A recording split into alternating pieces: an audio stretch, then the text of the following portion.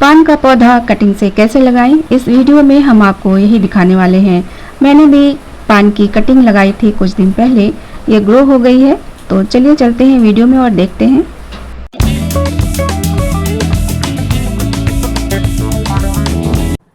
नमस्कार, स्वागत है आप सभी का द ग्राउंड डायरीज में। आज हम पान की कटिंग लगाएंगे। तो देखिए, सबसे पहले कटिंग ले लेते हैं। पान की कटिंग लगाने के लिए सबसे ज़रूरी बात ध्यान में रखने वाली ये है कि कटिंग हमेशा हेल्दी लें।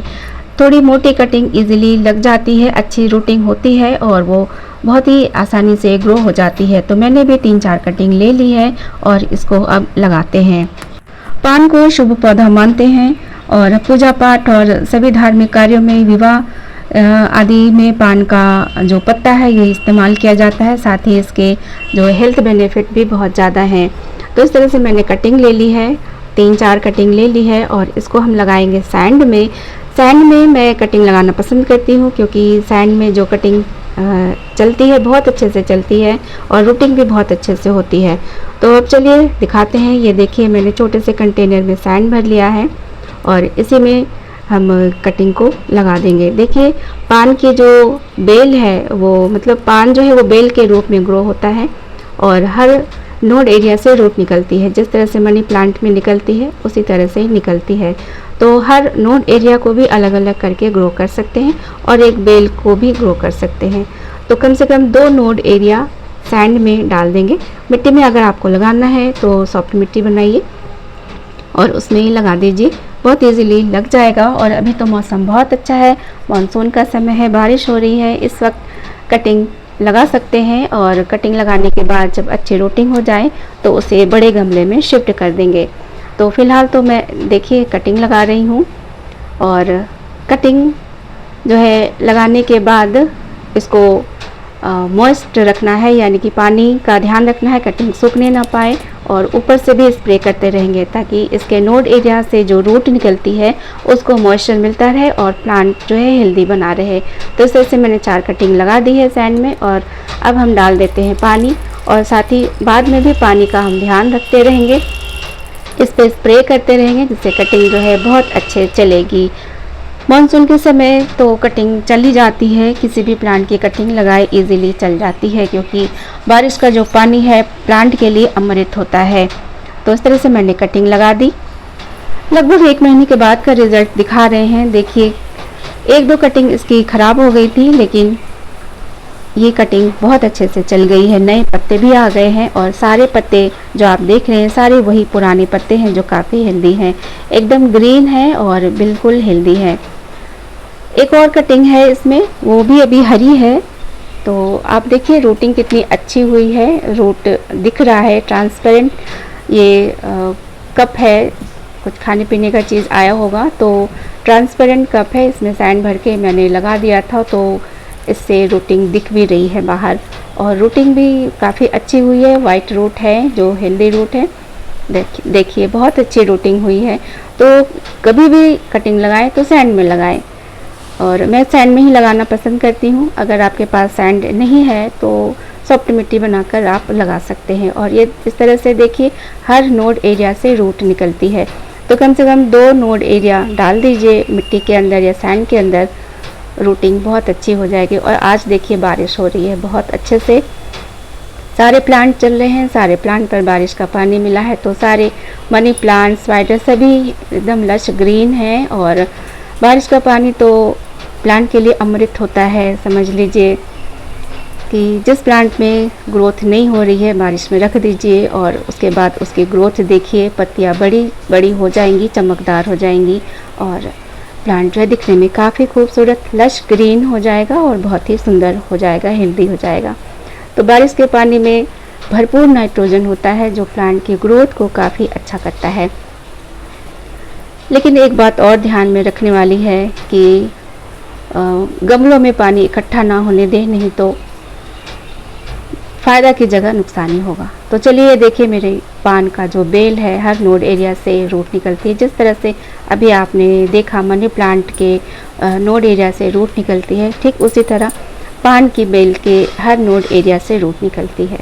और इस तरह से देखिए काफ़ी अच्छी बारिश आज हो रही है सुबह से। और यहाँ पर नेट मैंने लगवाया है क्योंकि कबूतर बहुत ख़राब कर देते हैं, प्लांट खा जाते हैं।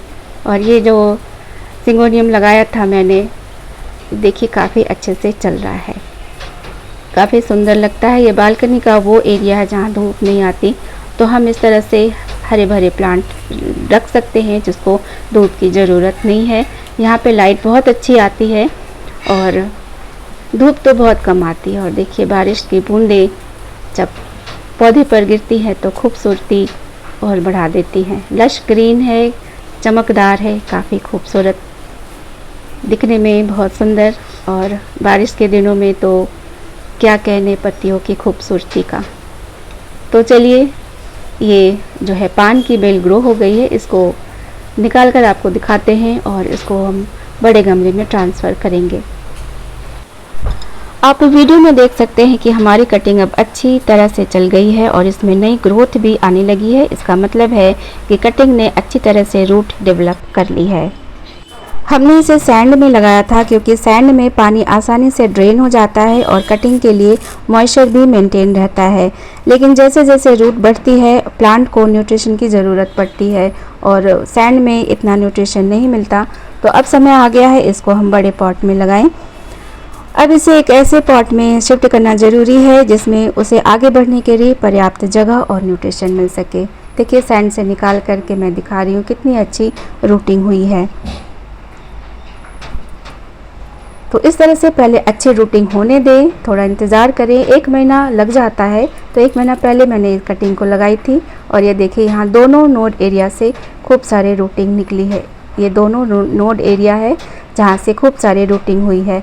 तो अच्छी रूटिंग चाहिए तो 2 नोड एरिया को सैंड में दबा दें। तो अब ये 2 कटिंग मेरी आसानी से चल गई है। कटिंग को बड़े से पॉट में लगाएंगे जिसमें मिट्टी पहले से भर के रखी है। मिट्टी थोड़ी गीली हो गई क्योंकि बारिश का मौसम है। और जो सॉइल मिक्स है वेल ड्रेन्ड है, इसमें फर्टिलाइज़र मिक्स है और इसमें गार्डन वेस्ट, किचन वेस्ट तो मैं हमेशा डालती रहती हूँ, तो वही सब मिक्स है। और जब प्लांट की ग्रोथ अच्छी हो जाएगी तो थोड़ा सा और ऊपर से वर्मी कंपोस्ट ये सब डाल देंगे। और फिलहाल ये जो तीसरी कटिंग है ये बहुत अच्छी से अभी इसमें रूटिंग हुई नहीं है, इसको वापस से हमने लगा दिया। तो देखिए इस तरह से 2 कटिंग मेरी बहुत अच्छे से चल गई है।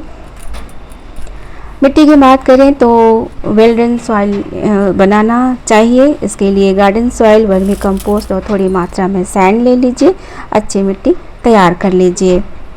पान की बेल को ऐसी मिट्टी पसंद आती है जिसमें मॉइस्चर बना रहे लेकिन एक्सेसिव वाटर रुका ना रहे, तो ऐसी मिट्टी चाहिए। तो इस तरह से देखिए बीच में जगह बना लिया और दोनों पान की बेल की कटिंग जो अच्छे से चल गई है इसमें लगा दिया। कटिंग को निकालते समय सावधानी रखें, जड़ें टूटे ना, आराम से निकालें, धीरे से निकालें। पहले सैंड को मॉइस्ट कर दें, इसके बाद निकालें। तो वैसे अभी बारिश का मौसम है, बहुत अच्छी मॉइस्चर बनी हुई थी, तो इसीलिए मैंने सोचा आज इसको रिपोर्ट कर दें। बारिश हो रही है, बारिश में इस पॉट को रख देंगे तो ये जो कटिंग है बहुत अच्छे से सेट हो जाएगी। रिपोर्टिंग के बाद हल्का सा पानी देना ज़रूरी है, लेकिन बारिश हो रही है तो मैं बारिश में ही रख दूंगी, तो बारिश का पानी मिलता रहेगा। तो ये जो कटिंग इसमें जो लगाई है बहुत अच्छे से चलेगा। रिपोर्टिंग के बाद ध्यान देने वाली बात यह है कि ब्राइट इनडायरेक्ट लाइट में रखना चाहिए। इसको डायरेक्ट सनलाइट में नहीं रखिए, नहीं तो ये चलेगा नहीं, ख़राब हो जाएगा। जब प्लांट नई जगह पर इस्टेब्लिश हो जाए, अच्छे से इसमें ग्रोथ आने लगे, तो धीरे धीरे लाइट हम बढ़ा सकते हैं। और ये देखिए काफ़ी अच्छी रूटिंग हुई है और ब्रांच भी निकल रही है, नई पत्तियां तो निकली है, साथ में नए ब्रांच भी निकले हैं। पान एक बेल वाला प्लांट है, इसलिए जैसे जैसे इसकी ग्रोथ बढ़ेगी इसे सपोर्ट की ज़रूरत पड़ेगी। तो हम मॉस स्टिक लगा देंगे बाद में। मॉस स्टिक लगाएंगे तो प्लांट की ग्रोथ जो है अच्छी चलेगी। जिस तरह से हम मनी प्लांट को मॉस स्टिक के सहारे ग्रो करते हैं, उसी तरह से पान की बेल को मॉस स्टिक के सहारे ग्रो करेंगे तो काफ़ी घना और खूबसूरत लगेगा। पान का पौधा काफ़ी धार्मिक महत्व वाला पौधा है। पान का पौधा सिर्फ एक बेल नहीं है, भारतीय संस्कृति में पान के पत्ते का विशेष धार्मिक महत्व भी माना जाता है। पूजा पाठ और धार्मिक अनुष्ठानों में पान के पत्ते का उपयोग किया जाता है। कई परंपराओं में पान के पत्ते को शुभ माना जाता है और इसे पूजा की सामग्री के रूप में इस्तेमाल किया जाता है। विभिन्न क्षेत्रों और परंपराओं में इसके धार्मिक अर्थ अलग अलग हो सकते हैं। पान के पत्ते का उपयोग कई जगह होता है। कलश पूजा, देवी देवताओं को अर्पित करने और शुभ अवसरों पर भी किया जाता है। इसी वजह से घर में पान की बेल लगाना कई लोगों के लिए धार्मिक और सांस्कृतिक रूप से भी खास माना जाता है। अब बात करते हैं पान के मेडिसिनल प्रॉपर्टीज़ की। पान के पत्तों में कई नेचुरल कंपाउंड पाए जाते हैं और पारंपरिक भारतीय चिकित्सा पद्धतियों में इनका उपयोग लंबे समय से किया जाता रहा है। पान के पत्तों का पारंपरिक रूप से उपयोग पाचन से जुड़ी समस्याओं, मुंह की ताजगी और कुछ घरेलू उपचारों में किया जाता रहा है। अब मैं सोच रही हूँ ये स्टिक लगा दूँ, क्योंकि ये बेल के रूप में ग्रो होगा तो स्टिक के सहारे अच्छे से ग्रो होगा। तो मैं ये लोहे वाला जो स्टिक है, ये जो मैंने ऑनलाइन ख़रीदा है, इसी के सहारे इसको बांध देंगे।